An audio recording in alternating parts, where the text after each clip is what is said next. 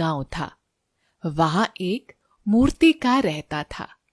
एक बार मूर्ति बनाने के लिए उसे कुछ पत्थरों की आवश्यकता थी, तो वह जंगल की ओर जाता है। वह जंगल में इधर उधर पत्थर की तलाश करता है, तो उसे एक पत्थर दिखाई देता है जो मूर्ति बनाने के लिए एकदम सही था। वह उस पत्थर को उठा के अपनी गाड़ी में रख लेता है। कुछ दूर जाने पे उसे एक और पत्थर दिखाई देता है और वह उसे भी उठाकर अपनी गाड़ी में रख लेता है और अपने गांव की ओर चल देता है।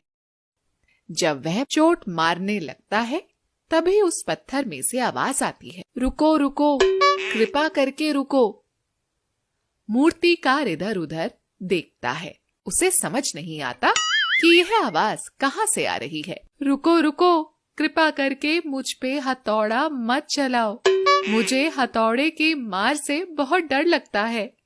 अगर तुम मुझ पे हथौड़ा चलाओगे तो मैं टूट जाऊंगा, बिखर जाऊंगा। कृपा करके मुझे छोड़ दो और किसी और पत्थर से मूर्ति बना लो।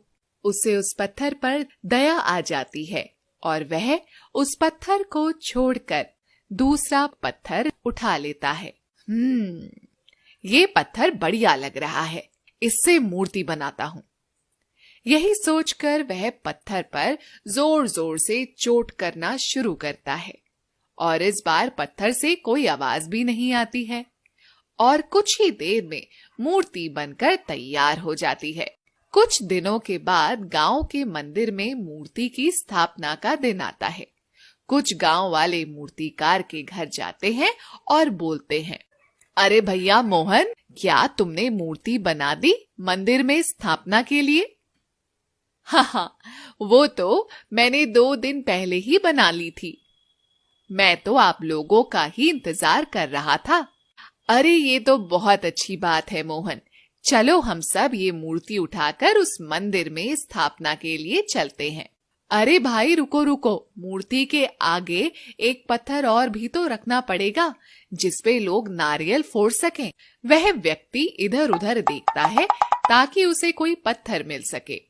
तभी उसकी नजर उस पत्थर पर पड़ती है जिसे मूर्तिकार ने छोड़ दिया था और वह व्यक्ति उस पत्थर को उठा लेता है। ये पत्थर बढ़िया लग रहा है और मजबूत भी है। जब इसके ऊपर लोग नारियल फोड़ेंगे तो झट से नारियल फूट जाएगा। और सब गांव वाले मंदिर की ओर चल देते हैं। तभी उस पत्थर में से जोर जोर से आवाज आती है, अरे रुको रुको मूर्ख लोगों, मुझे कहाँ ले जा रहे हो?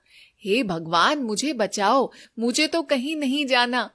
मुझे तो कठिन परिस्थितियों से बहुत डर लगता है, मैं इनका सामना कभी नहीं कर सकता। हे भगवान मुझे बचाओ, आज तो मैं मर ही गया। हे भगवान मुझे बचाओ, बचाओ, बचाओ। रास्ते भर वह पत्थर बहुत जोर जोर से चिल्लाता है। तभी सब गांव वाले मंदिर पहुंच जाते हैं और मूर्ति की स्थापना कर देते हैं और उस पत्थर को उसके आगे रख देते हैं। फिर सब लोग उस मूर्ति की पूजा करना शुरू कर देते हैं। मूर्ति बना हुआ पत्थर इससे बहुत खुश हो जाता है। लोग उस पत्थर को दूध से स्नान करवाते हैं, उसे चंदन का लेप लगाते हैं और उसके ऊपर फूल चढ़ाते हैं। ये सब देखकर दूसरा पत्थर मूर्ति बने हुए पत्थर से बोलता है, अरे भाई तुम्हारे तो बहुत मजे हैं, लोग तुम्हें तो दूध से स्नान करवा रहे हैं, तुम्हारी पूजा कर रहे हैं, तुम्हारे ऊपर फूलों की बारिश कर रहे हैं, तुम्हारी जिंदगी तो बढ़िया है।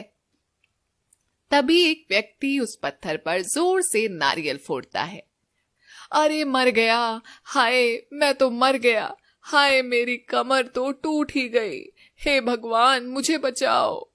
अरे मूर्ख व्यक्ति मेरे ऊपर नारियल क्यों फोड़ रहा है? भगवान को नारियल चढ़ाने का इतना ही शौक है तो अपने सर से क्यों नहीं फोड़ लेता तू नारियल? तभी एक और व्यक्ति उस पत्थर पर नारियल फोड़ता है।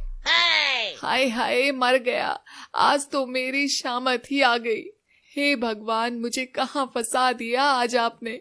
मैं तो जंगल में पेड़ की छांव के नीचे मजे से आराम कर रहा था। यह आपने मुझे कहाँ फंसा दिया। हाय हाय, मैं तो मर गया। ये सारे मूर्ख व्यक्ति मेरे ऊपर बारी बारी से नारियल फोड़ फोड़ कर मुझे मार ही डालेंगे। यह सब देखकर मूर्ति बना पत्थर उस पर जोर जोर से हंसता है। हा हा हा हा हा हा हा हा हा। तुम तो बहुत खुश होगे ही। तुम्हारी सेवा जो हो रही है, तुम्हें तो मिठाइयां खाने को मिल रही है, और यहाँ तो मेरी कमर की हालत बिगाड़ दी इन इंसानों ने। हाय हाय, बहुत दर्द हो रहा है, कोई मलहम ही लगा दो। तब मूर्ति बना हुआ पत्थर उस दूसरे पत्थर से बोलता है, दोस्त, तुमने भी अगर उस दिन पहला प्रहार सह लिया होता तो आज तुम मेरी जगह होते और लोग तुम्हारी भी पूजा कर रहे होते। तुम्हें भी दूध मक्खन से स्नान करवा रहे होते, तुम्हारी भी पूजा हो रही होती। लेकिन तुम उस दिन डर गए। तुमने उस दिन आसान रास्ता चुना और आज तुम्हें कठिनाइयों का सामना करना पड़ रहा है।